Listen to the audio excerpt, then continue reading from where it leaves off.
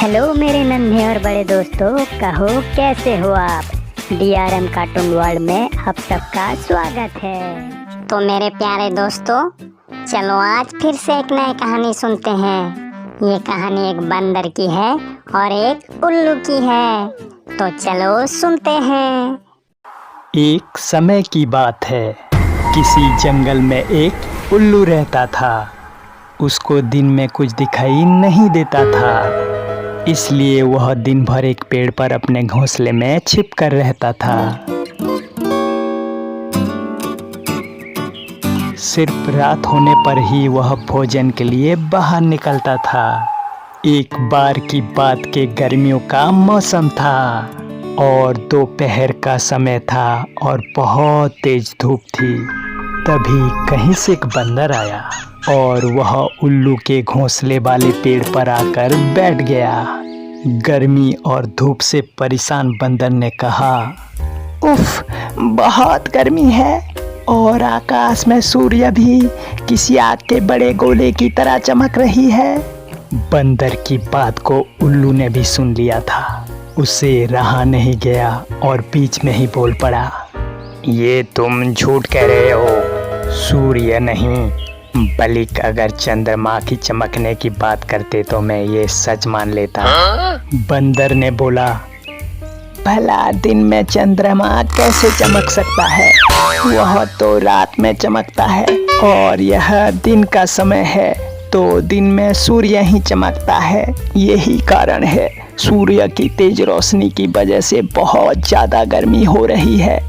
उस बंदर ने उल्लू को अपनी बात समझाने का बहुत प्रयास किया कि दिन में सूर्य ही चमकता है, चंद्रमा नहीं। लेकिन उल्लू भी अपने जिद पर अड़ा था। इसके बाद उल्लू ने बोला, चलो हम दोनों मेरे एक मित्र के पास चलते हैं, वही इसका निर्णय करेगा। बंदर और उल्लू दोनों एक दूसरे पेड़ पर गए।